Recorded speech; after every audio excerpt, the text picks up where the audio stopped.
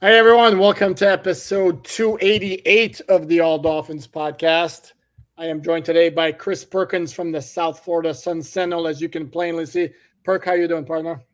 I'm doing good, man. I'm doing good. I'm waiting to see what the Panthers are going to do tonight, waiting to see what the schedule is going to be tomorrow, and waiting to see how the Dolphins are going to respond to the Jared Goff contract extension. How's that? How's that for how you're doing?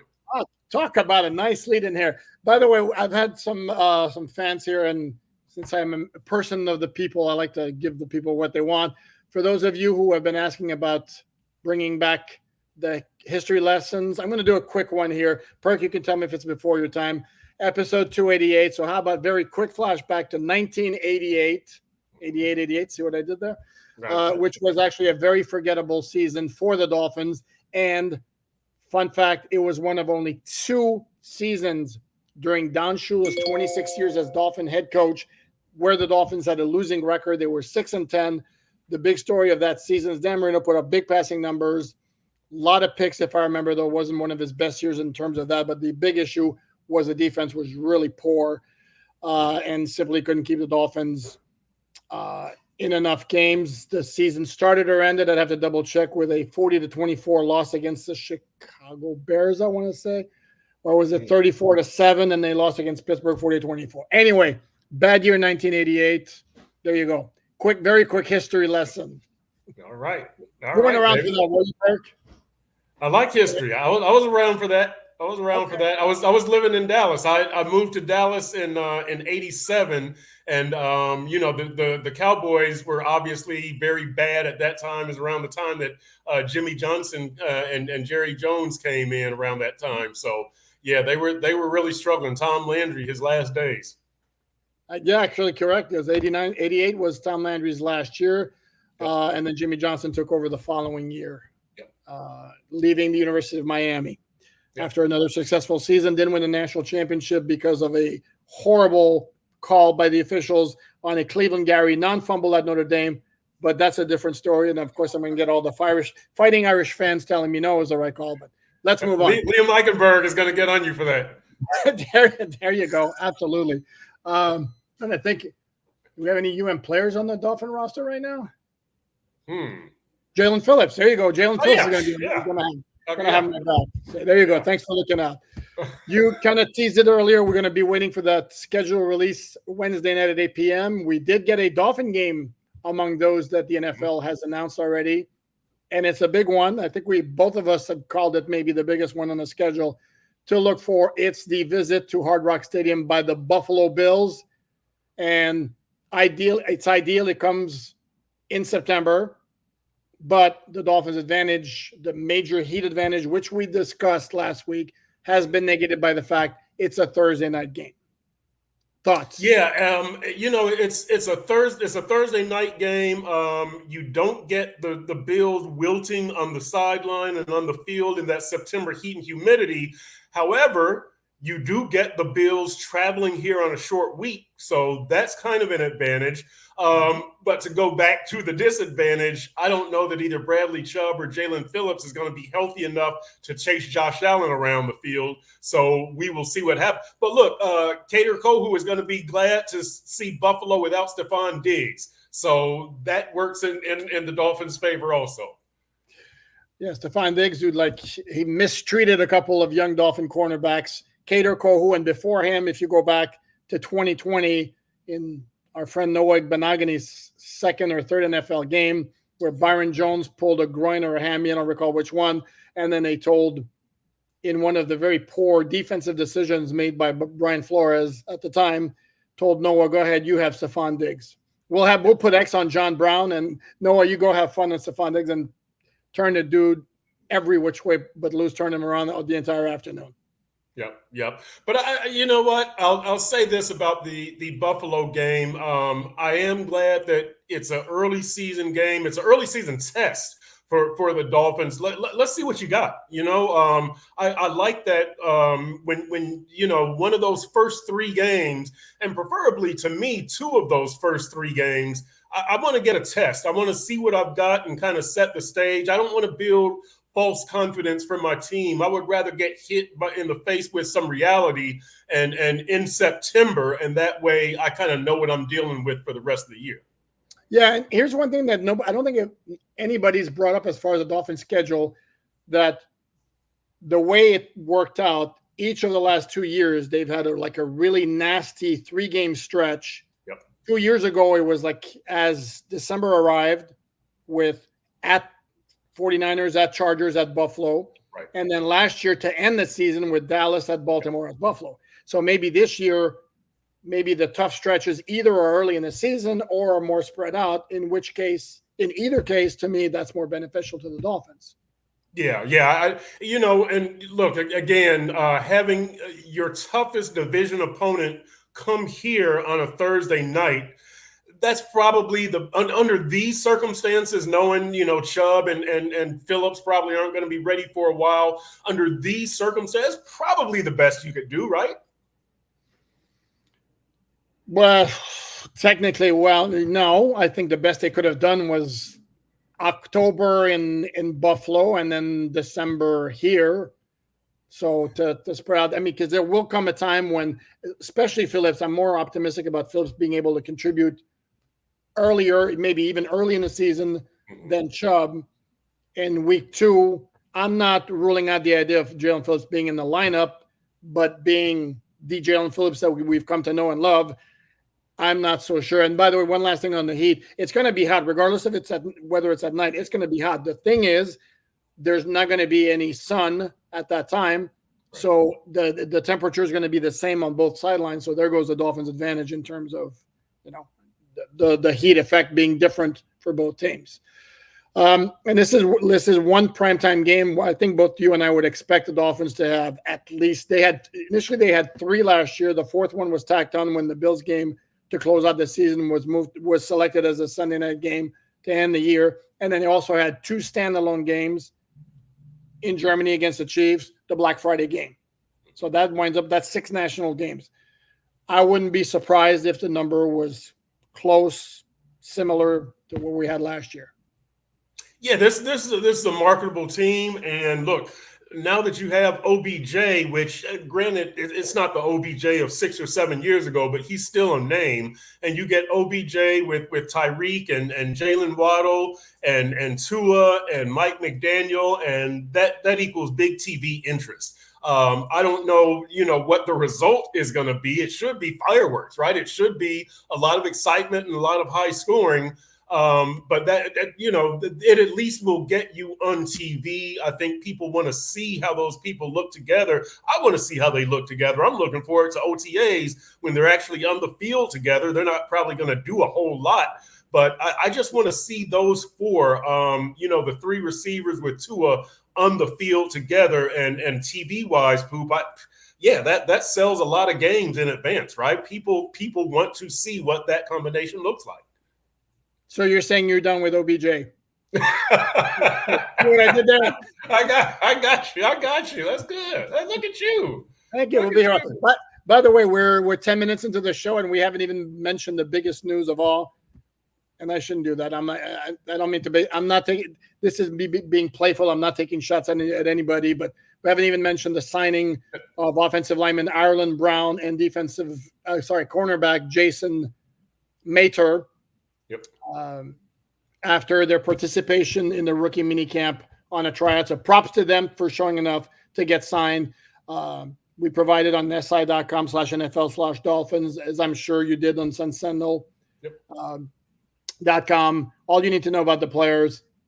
Again, this is where these are rookie free agents who got signed after a tryout. I mean, they're going to come to training camp. If they sniffed a 53-man roster, it would be a shock. If they wind up on the practice squad, then it's a good move.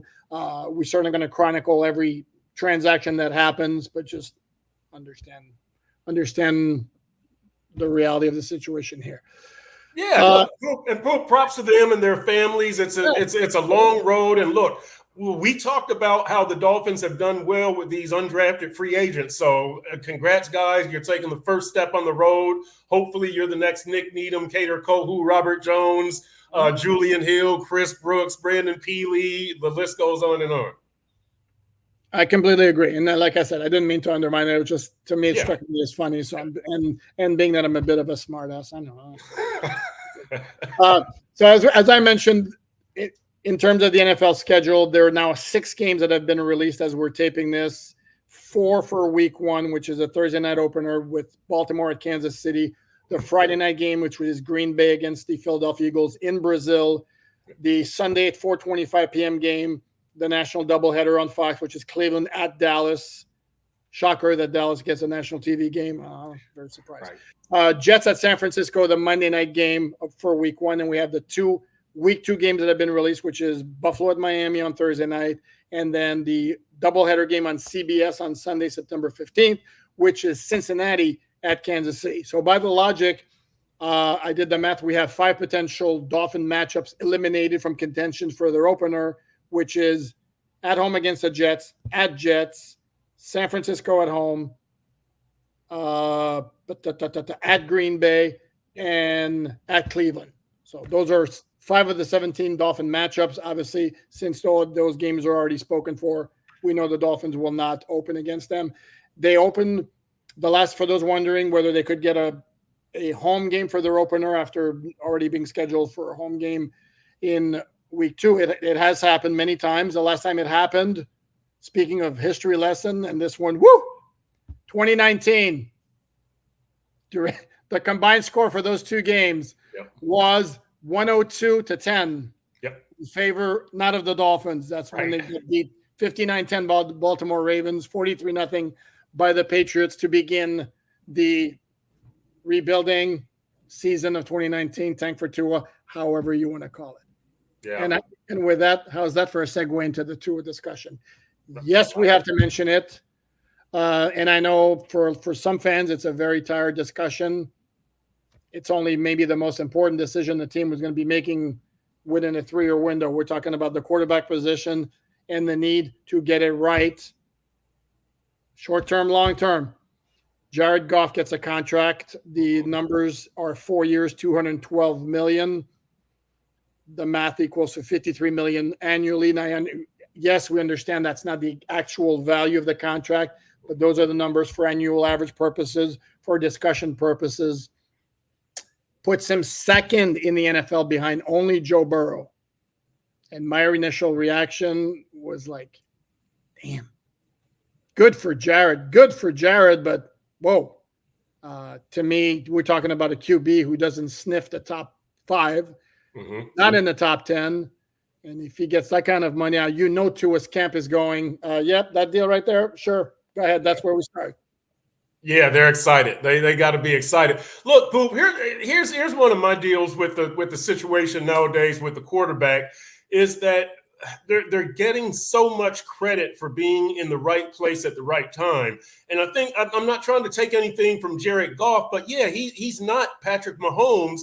On the next level, he's not Lamar Jackson, Joe Burrow, Josh Allen. So he's a guy who has done well in good situations, right? With the Rams and with Detroit. And I'm not mad at him for that. Matt Stafford did the same thing. Matt Ryan did the same thing. That's kind of the level that I have Jared Goff at, kind of that Kirk Cousins, Matt Stafford, Matt Ryan level. You're not as good as Phillip Rivers. And I'm not talking, obviously I'm not talking the Hall of Fame Marino Brady, that category. I'm talking about where you belong. I think Tua is right now is kind of in that category, that Kirk Cousins, Matt Stafford, Matt Ryan, he's better than Jared Goff. But he's not as good as Lamar Jackson or Joe Burrow or definitely not as good as Patrick Mahomes. Tua needs help, and the more money he makes, the less help you can put around him. And I think that's the case for most quarterbacks in the NFL. Hey, let me throw Dak Prescott in that group too, alongside Tua. That Dak is making too much money. That I know that you want to be recognized for your career accomplishments and your potential, and more power to you, and you should.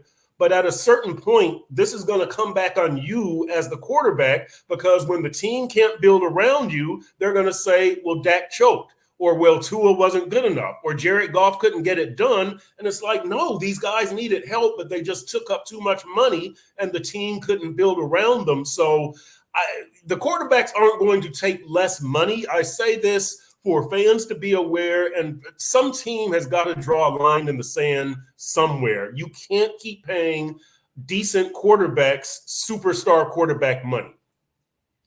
Completely agree, which is what the New York Giants did with Daniel Jones, and yet it still looks like it may have been too much. Right. And here's the thing with Goff is, and I'm with you, to me, he's top 12, top 15, that neighborhood. Yep. What he's got going for him and what I'm sure his agents pounded, he went as a quarterback, despite getting a lot of help and great coaching with the Rams, who then eventually a couple of years later decided, you know what, we're not getting to where we want to go with him as quarterback. We're going to trade him, bring in Matt Stafford, who will get us where we want to go, and they won a Super Bowl. Yep. And then last year they got to the NFC Championship game. And one could make the argument that potentially coaching decisions kept them from beating the 49ers, and they may have gone to the Super Bowl. The flip side to that is, one could argue, the two teams that the Lions beat to get to the NFC Championship game last year were the LA Rams, who I barely squeaked into the playoffs, as I recall, and the Tampa Bay Bucks, who only got to the playoffs because they played in that crappy NFC South. The one thing, and to me, it's an indictment, and I've been consistent with this, and I even did the numbers. Like, I pushed back on this, on giving Tua that kind of money, and it's very possible now that Tua's representation is going to be like, yeah, we're not even having a discussion if we're not talking Jared Goff numbers. Mm-hmm. And it's the performance against playoff opponents, and it's not even winning in the playoffs, because I'm not putting everything on Tua. Tua as one playoff appearance last year, and circumstances were tough. There were injuries, but he didn't play well. It's just beyond that. I did the numbers, like his game-by-game numbers against playoff opponents in his career, and his career passer rating against playoff opponents is 80.8, I believe it is. Jared Goff for his past 3 years in Detroit, 95.2. And as I mentioned earlier, for those, because I know it's going to come up, it's come up on this podcast many times. Well, what about Justin Herbert? Well, at the time the Chargers signed Justin Herbert to his extension, his career passer rating against playoff opponents was 98. That's a big difference. So, and we're talking about, and also Herbert had, I believe it's like 10 games with a passer rating over 100 against playoff, out of 26 against playoff opponents. Tua has played 21 games against playoff opponents. He's got 3 games with a passer rating of 100 or higher. So, no, it's not all on him. But if we're going to look at his passer rating in the past 2 years, you've got to sign him an extension. Well, where's that passer rating when you're playing a good team? So, and look, that goes for all the Dolphins. It goes for Tyreek. It goes for Mike McDaniel. It goes for the defense. But you know, Perk, hold on before you finish your point. Except, because I did the same thing with Tyreek. Tyreek's numbers against playoff opponents last year, you project a 17-game season is 1,300 yards. I know, and you know what? And you brought this up last week, but here's the thing, Poop. That's not good enough. And I know that sounds crazy. They were 8-0 last year when when Tyreek was 100 yards or more. That's what they need. That's the way this offense works. That Tyreek has the ball, or else Tua's not going to ball, and the defense is going to be in a hard time, and your play calling is going to be all jammed up. That's the way I view it. You might disagree, but it's all based on Tyreek. And look, Tyreek, as you said last week, and as I've written, and Tyreek's got to be better. He can't have all these drops against the playoff caliber teams, against the playoff opponents. He just can't. But it's all going to come back on Tua, and for contract purposes, you know, he'll be able to get out of it. But if the Dolphins again are 500 or worse against playoff teams and they don't win a playoff game, it will ultimately reflect on, well, Tua couldn't do it, and that's really not the whole story. But again, if you take a little less money, maybe you can get some more help. But I know that, and again, I know that's not going to happen. There's, unless you're like Tim Duncan or I think Tom Brady took a little less money at one point. Well, that's because his wife was making 3 times what he was making. I mean, correct. It's not what I'm saying is not based in reality, and I know that. John Stockton's another one too. John Stockton took a lower deal to stay in Utah. Yeah. No, I have never said it's dependent upon like wins and losses against playoff opponents. Right. But I want to see better performance from the court. For example, on this very podcast with my former co-host Omar, yes, I'll say his name. The Kansas City game in Germany last year, Omar was dumping it all on Tua because Tua's the quarterback, and to me it was like, no, it was a team effort. They didn't get it done at the end. It wasn't strictly on Tua. But Tua, that's being said, Tua has to be better against playoff opponents, even if they lose. For example, the Buffalo game 2 years ago in 2022, the Saturday night game, Tua played well. Mm-hmm. Dolphins lost 32-29. The problem in that game was that Josh Allen was the best player on the field. That's it. And this is where, unfortunately, the Dolphins reside in the conference, because you mentioned the top quarterbacks in the AFC. You omitted Josh Allen, who was the biggest problem the Dolphins face and have faced for the past 3 years. And it's Patrick Mahomes, Josh Allen, Joe Burrow. And for those who dump on Joe Burrow because, he's always hurt. Well, in the two seasons he finished, Bengals went to the Super Bowl and then they went to the AFC Championship game. Mm-hmm. And then it's Lamar Jackson. Yep. And no, he has not had great playoff success, but last I checked, he's been MVP twice. And it's CJ Stroud, who looks like he's going to be a problem. And it's Aaron Rodgers if he stays healthy, which is a big if, but the dude can ball, as he's shown. And maybe Deshaun.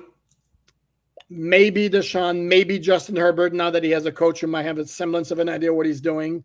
So they can't have Tua be just good. And this is a big difference between the Dolphins and the Detroit Lions, who reside in the crappy NFC. Yeah, and you know what, Poop? You hit on it when you talked about Josh Allen.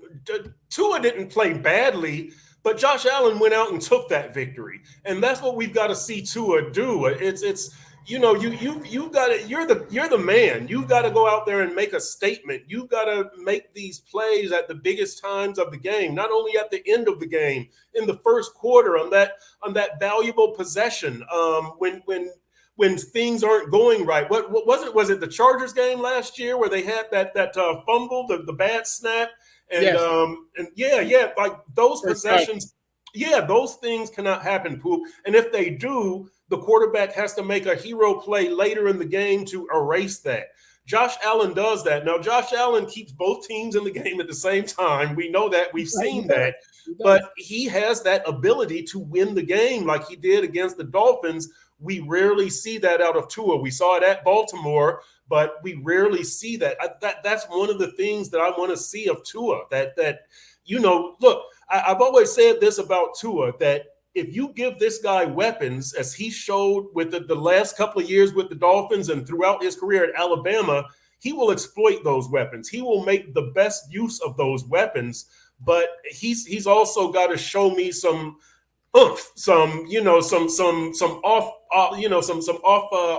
program plays, some agility, some mobility, some improv skills, the ability to make that play at the big time. Kind of there's tangibles and there's intangibles that I would like to see from Tua.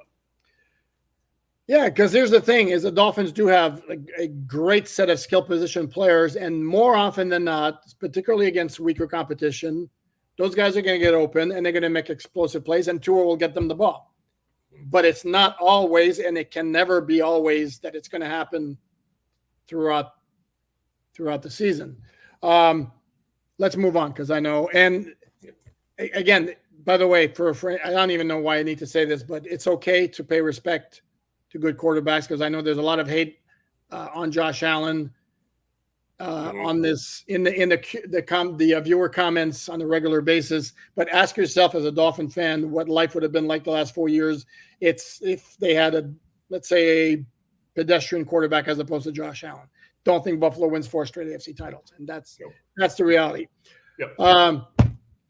So I saw there are a couple of South Florida writers who played the game of let's look at the schedule, win, lose, win, lose, win, lose. And two of them, and one of them I think you may be very familiar with. I think, in fact, you think he's a good guy, but enough about Marcel Louis-Jacques. The other one, of course, was you. And my initial reaction immediately was like 13-4. Whoa. Okay. Yeah. Defend yourself or tell the folks why you're so confident of 13-4. Well, here's what I did. My schedule was the optimal game arrangement for the Dolphins, meaning I'm not going to give them a tough, brutal 3 out of 4 road stretch, or I'm not going to have them, playing, in 3 cold weather December, January games. Okay. So this was an ideal schedule. It was not taking into account Thursday night, Sunday night, Monday night games, any of that. This would be an optimal order. So Buffalo was here in September. The Dolphins were in Green Bay in September, things like that. So that's what my 13-4 was, an idealistic outcome when you had an optimal game arrangement. I don't think they're going to finish. In other words, Perk, if you're making the schedule for the Dolphins. Yes, right. This is how a Dolphins fan would make the schedule for their team. That's the better way to put it, right? And so this was the easiest or best or whatever word you want to put on it. This was the schedule for the Dolphins. Okay. And by the way, I'm going to take it back. The word defend your position was very, very, very poor choice of word. I mean, explain your position. No, and there's again, as I said yesterday, or it may have been a day before or last week. Yeah, there's absolute reason for optimism. Sure, the Dolphins were 11-6 last year, and they had injury issues. So to think they could go 13-4 is, I don't know. To me, my initial reaction was like, really, because we're looking at, again, the same concerns until, and then I'm one of those skeptical old guys, the white beard here. I need to see it. And since they beat the Buffalo Bills in September 2022 at Hard Rock Stadium, and again, despite getting out, yes, I'm going to mention it, despite getting outgained 497 to 212, it's, let's see, 4-1-6. It's 1-11 against playoff opponents, including the playoff losses. That's not going to cut it. And this is where it needs to be rectified. And then you look at the schedule, there are a lot of games that are going to be very tricky. At Houston is going to be very tricky. At Green Bay is very tricky. The two Buffalo games. At Cleveland is going to be tricky. Remember that. LA Rams. San Francisco at home. Yeah. Yep. No picnic. The two Both Jets Buffalo games. Yep. The two Jets games, if the Jets don't fall apart with, if Aaron Rodgers stays in healthy, Dolphins caught a break last year because it's really hard to put into words just how bad that offense was for pretty much the entire season once Rodgers went down, because the Jets had zero plan B, and then the Dolphins were able to exploit them, and it's not going to be that easy. And then if you go back to 2022, the Jets spanked the Dolphins pretty good at MetLife Stadium. And I understand the Dolphins had to go with Skylar Thompson Teddy Bridgewater started, lasted one play, and then there was rookie 7th round pick Skylar Thompson making his NFL debut. But the point remains, the Jets have the capability of being a good team. So, yeah, I don't know. I'll probably do the one loss record thing, predicting every game once the schedule comes out Wednesday night. For now, like I said, my initial reaction was 13-4 was like, yeah, okay. Again, that was optimal. Here's what I really think about this team is that, and I don't, as I said in the story, I don't do the WL thing. I think that's ridiculous. I think it's a useless practice. The only reason that we do it is because we can. I don't do it. I did it for that purpose. Like I do it like I do for baseball, basketball, and hockey. You look at a team, you look at its strengths and weaknesses, you measure those against the rest of the league, and you come up with a win total. That's it. And that's what I'll do for the Dolphins. The last couple of years, I've been one game off on the Dolphins. I predicted them 8-9 and 10-7. This year, I'll probably be in the 10 wins, probably. I don't know if I'll go 11. I might be prone to go 9 before I go 11. This is a team with a lot of starters in its 30s. This is also a team, Poop, that doesn't have a counterpunch still. It doesn't have a plan B. Again, I think that the first way that they win is Tyreek. If Tyreek isn't on, now what? Can you win with your run game? Can you win with your defense? Can you win with a combination of run game and defense? Like, what do you do? What's your plan B? What's your counterpunch? I don't see that with this Dolphins team, and I would like to see that. I would like to see if the offense isn't scoring, 24, 28, 32 points, how are you going to win games? And this is the situation that usually comes up against the playoff teams. They are 3-12 against playoff teams overall under Mike McDaniel, 1-6 last year. Last year, that offense, which was first in the league, averaged 35 points against non-playoff teams, 16 against playoff teams. Like, where's the counterpunch? Like, if you can't score 30, how are you going to win games? And that's what I want to see develop with this Dolphins team this year. I think that's one of the big next steps that they have to take. Agree on every point you just said there. Absolutely. And we'll find out. I think that's going to wrap it up. He is Chris Perkins. You can find him on X or Twitter at Chris Perk. Check out his work at the South Florida Sun-Sentinel. And quick programming alert here. I'm going to do a live show tomorrow night at 9 p.m. Eastern time, dissecting this Dolphins schedule. I mean dissecting. And the knives will be out. And then tackling viewer questions as well. As always, thank you very much, my friend Chris Perkins. We're going to do the old logo and then call it a day. Thanks, Perk. All right, man. See you.